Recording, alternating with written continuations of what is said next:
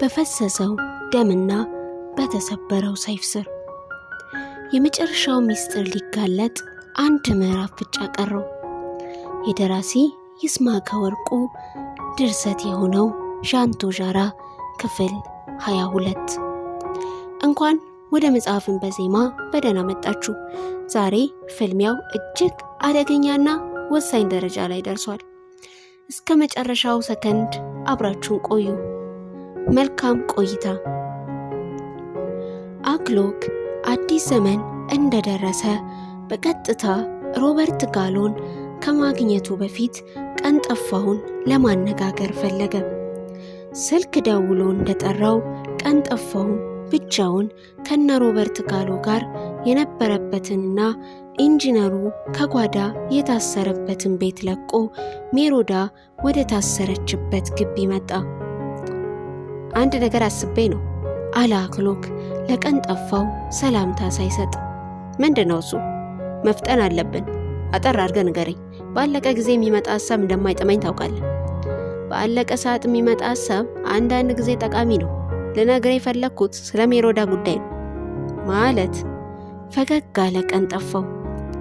ጥቂት ጊዜ ልስጥህ። ከእርሷ ጋር ልትተኛ ፈልገሃል። በእርግጥ እኮ እኔ ብዙውን አዲስ አበባ ስለቆየው ለአንተ ቅድሚያ መስጠት ነበረብኝ።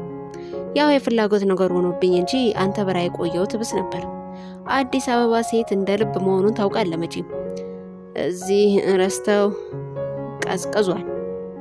እንደዛ አይደለም። ጊዜ ቢኖረኝ ደስ ይለኝ ነበር። ነገር ግን እንደ ቁምጣ አጥሮናል ጊዜ።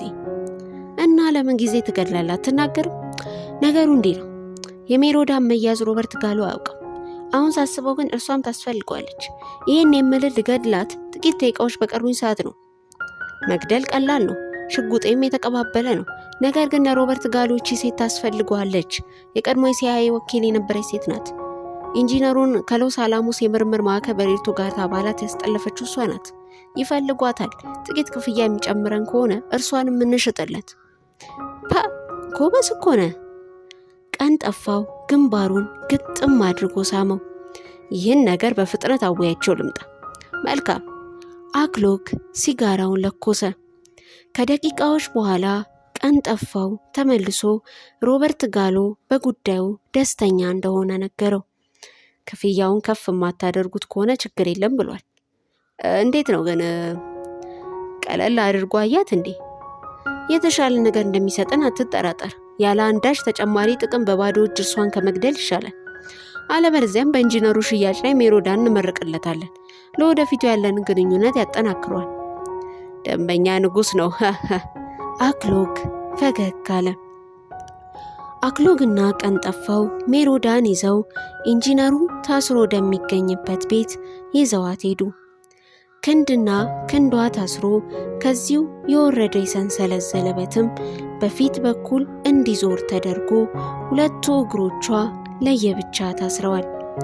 አንድ እጇ በመቆረጡ ለማሰር አልመች ብሎ እንጂ ከፍንጅና ፍንጇ ላይ ለማሰር ታስቦ የመጣ ሰንሰለት ነበረ። ኢንጂነር ሻጊዝን ገብታ ስታይ አንዘፈዘፋት። አፏ በፕላስቲክ ባይታሸግ ኖሮ እንደምትለፈልፍ ሁሉም እርግጠኛ ነበሩ። ኢንጂነሩም እንደርሷ ታስሯል። አፉም ተለጉሟል። ሮበርት ጋሎ ከአክሎግና ከቀንጠፋው ጋር ወደ ታሰሩበት ክፍል መጣ። ወደ ሀገራችሁ ልንወስዳችሁ ስለመጣን እንኳን ደስ ያላችሁ አለ ሮበርት ጋሎ እንደ ፈንዲሻ ፈክቶ። ሻጊዝ ሰንሰለቱ እስኪበጠስ ወንበሩ ላይ ተወራጨ። ሜሮዳም እንደ ቆሰለ አውሬ ሆነች። ሻጊዝ እስከ ወንበሩ ወለሉ ላይ ተገላበጠ። ሚስተር ሮበርት አለ አክሎግ ወደ ኢንጂነሩ አቁልቁሎ እየተመለከተ። ኢንጂነሩን ወሊሶ ብናስቀመጠው መልካም ነበር። ለጠቅላይ ሚኒስትሩ ያዘዘላቸውን ጠበል እርሱም መጠመቅ ነበረበት። ጤነኛ አይመስለኝም። አታይም እንደ ሚስተር ሮበርት ይወራጫል እኮ። ሮበርት ጋሎ አክሎግ ያለው ባይገባውም ቀልድ መሆኑን በመተማመን ፈገግ አለ። ብዙ ሳንዘገይ መንቀሳቀስ ይሻል አይቀርም አለ ቀንጠፋው ወደ ሳሎን እንደተመለሱ። እስከ ሞያሌ እንሸኛቸዋለን። ክፍያውን ግን አሁኑኑ እንፈልጋለን። ሳምሶናይቱ ተከፍቶ የገንዘብ ቆጠራው ሲደረግ በርካታ ደቂቃዎች አለፉ። ከዚህ በኋላ ቀዮ ለአንድ ክሩዘር ኢንጂነሩንና ሜሮዳን ወደ ሆዱ አስገባ። አክሎግና ቀንጠፋውም በግራና በቀኝ ገብተው ከመሃል አደረጓቸው። ሮበርት ጋሎም ጥቁሯን ሳጥን ይዞ ጋቢና ገባ።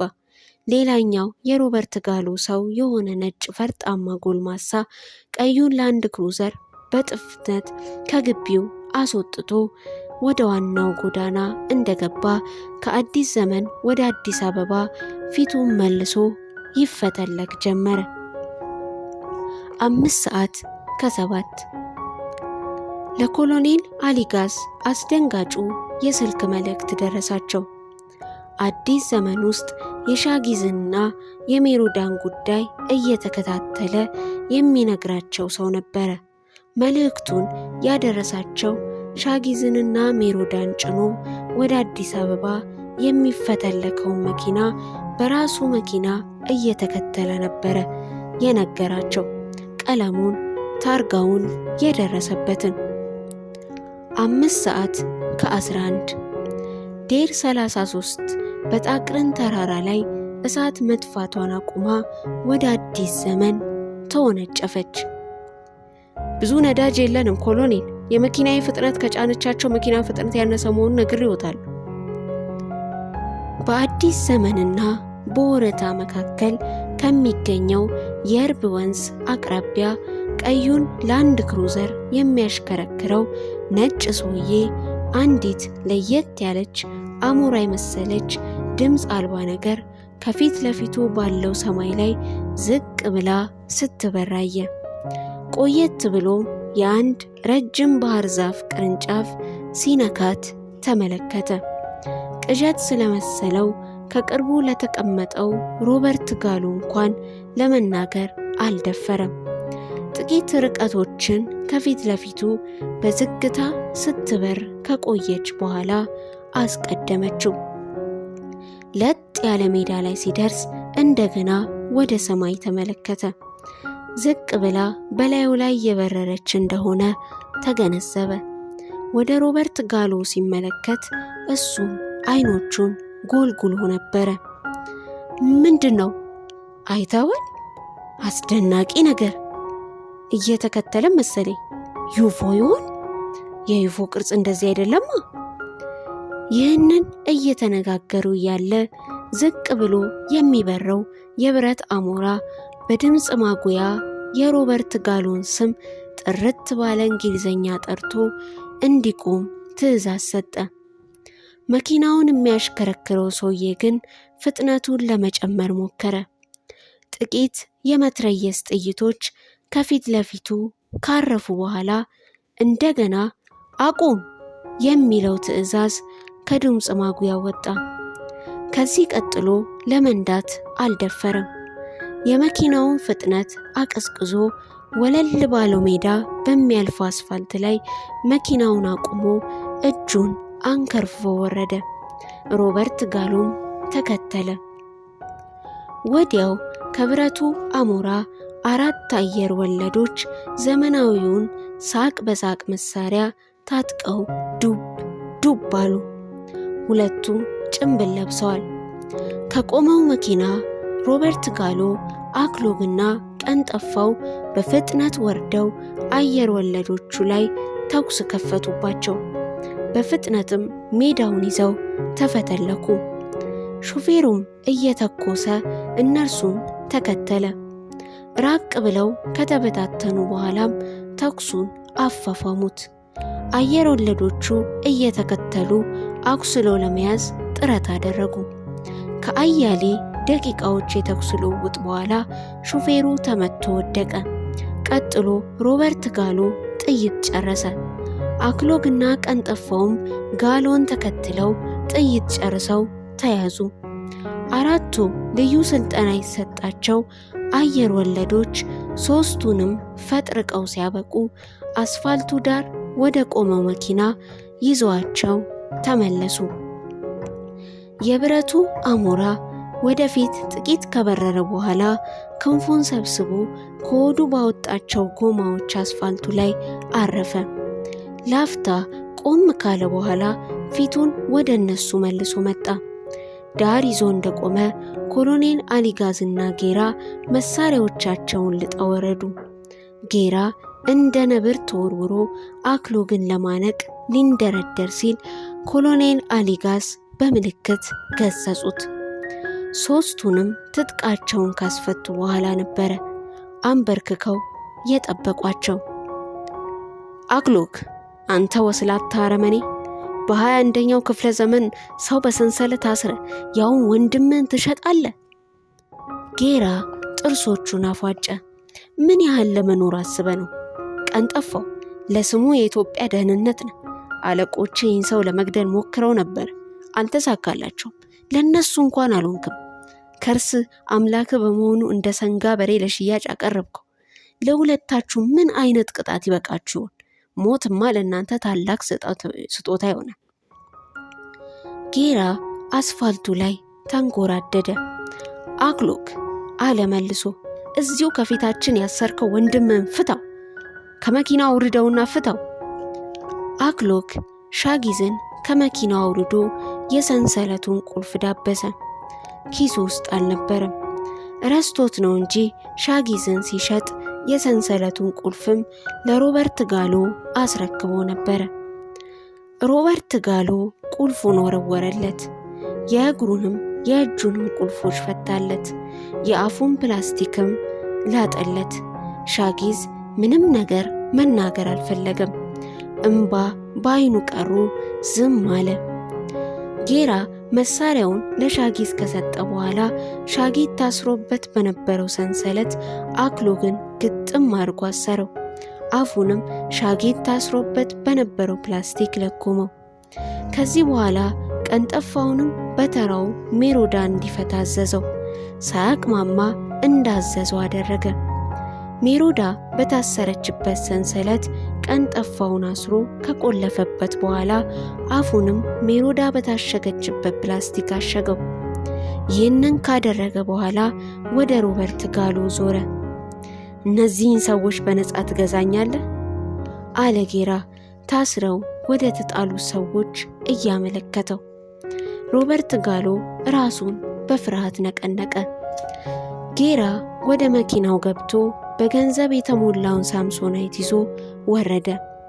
ገንዘቡን ከአክሎግና ከቀንጠፋው ፊት ዘረገፈው። የሁለቱም አይኖች ገንዘቡ ላይ ተተከሉ። ይባስ ብሎ ወደ ዴር 33 ገብቶ ያመጣውን ነዳጅ አርከፈከፈበት። የሁለቱም አይኖች ፈጠጡ። ጌራ ሁለቱንም አፈራርቆ ሲመለከት ከቆየ በኋላ ከአክሎግ ኪስ ክብሪት አውጥቶ ፈገግ አለ። ስንት ነበር የሚደርሳችሁ? ሲል ጠየቃቸው፣ አፋቸው መለጎሙን እያወቀ። አያችሁ፣ መለጎም ምንም እንደሚል ደስ ቀመሳችሁት። የኢትዮጵያን ሕዝብ እንዲህ ነበር ያደረጋችሁት። ከዚህ በኋላ ነበር ነው የሚቀራችሁ። ነበር ውሃ ልናስገድብ ነበር፣ ባቡር ልንዘረጋ ነበር፣ ታክስ ልንቀንስ ነበር፣ ፍትህን ለማስፈን እየሞከርን ነበር፣ ሀገሪቷን በሙሉ በቀለበት መንገድ ልናደርጋት ነበር፣ ስልጣን በምርጫ ልንለቅ ነበር። የኢትዮጵያ ገዢዎች ሁሌም ቢሆን ነበርን እንጂ ክብርን ይዘው ተሰናብተው አያውቁም። ነበር የነበር አርበኞች ለጉመን ነበር ብለው ግን አያውቁም። ካስለጓሚዎች ሁለቱ እናንተ ነበራችሁ። ይኸው ነበር ብቻ ነው የቀራችሁ። እሱንም ከዚህ በኋላ አታስታውሱትም። ከዚህ በኋላ ኢትዮጵያ ለለጓሚም ለአስለጓሚም ትዕግስት አይኖራትም። አንዱ ለጓሚ አልፎ ሌላኛው ለጓሚ ሲመጣ አስለጓሚ እጁን ታጥቦ ከተፍ ይላል። በዚያኛው የበላበትን አፉን ተግሞጥሞጦ በምላሱ አፉን እያቀላጠፈ ሲመጣ ሲሄድ ይኖራል። አክሎግ ቀንጠፋው፣ ከዚህ በኋላ ወደ አዘጋጃችሁት ገሃነም ወደሚባለው ሀገር እንጂ እቺን ገነት ሆና እያለች ሲኦል ያደረጋችኋትን ሀገር እንደገና አትለጉሟትም። ሴቶቿን ለአረብ፣ ምሁሮቿን ለምዕራብ አትሸጡባትም። ጌራ ክብሪት ከኮሎኔል አሊጋዝ ተቀብሎ ሲበቃ እንዴት እንጨት መዞ ጫረና ነዳጅ ወደ ተርከፈከፈበት ገንዘብ ወረወራት። ይህ አላግባብ ወደ ሀገራችን የገባ ህገወጥ ገንዘብ ነው። በዛ ላይ ደግሞ ሰው የተሸጠበት። ጌራ ግው ብሎ የሚነደውን ገንዘብ እያየ ተናገረ። አላግባብ የመጣ አላግባብ ይቃጠላል። ሜሮዳ በፍጥነት ነዳጅ የያዘውን አነስተኛ ሰማያዊ ጄሪካን አንስታ ቆመች። አክሎግና ቀንጠፋው የሰንሰለታቸውን ዘለበት እስኪጮ ተንፈራገጡ። ከእሳቱ ለማምለጥ ወደ ኋላ እየተንከባለሉ ሲሸሹ ነዳጁን በቀጭኑ ከእሳቱ ጀምራ እያፈሰሰች ተከተለቻቸው። እሳቱም ቀጭን እቶናዊ ምላሱን መዞ የነዳጇን ጠብታ እየላሰ ተከተለ። ሜሮዳ ነዳጁን ለማርከፍከፍ እጇ እምቢ አላት። እንዲህ አይነቱን እናንተ ናችሁ የተነካናችሁበት ብላ ቆመች። ወደ ሻጊዝና ይዞት ወደ ቆመው መሳሪያ አይኗን ጣለች። ሻጊዝ ድንጋጤው ፊቱ ላይ በግልጽ ተነበበበት። እና ወጥ አታማስልበት፣ ተኩሷ አባቴ አርበኛ ነው ስትል አልነበር?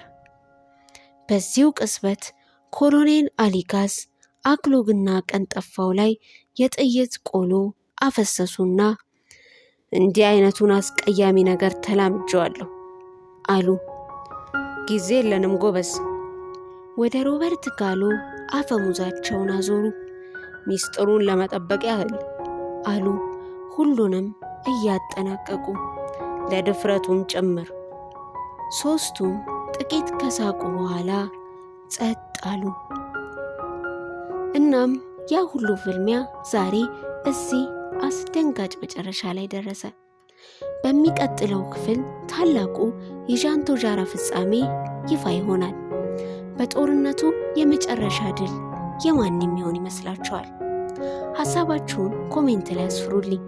አሁኑኑ ሰብስክራይብ በማድረግ ለታላቁ ፍጻሜ ክፍል 23 ተዘጋጁ። በሚቀጥለው የመጨረሻ ክፍል እስከምንገናኝ ሰላም።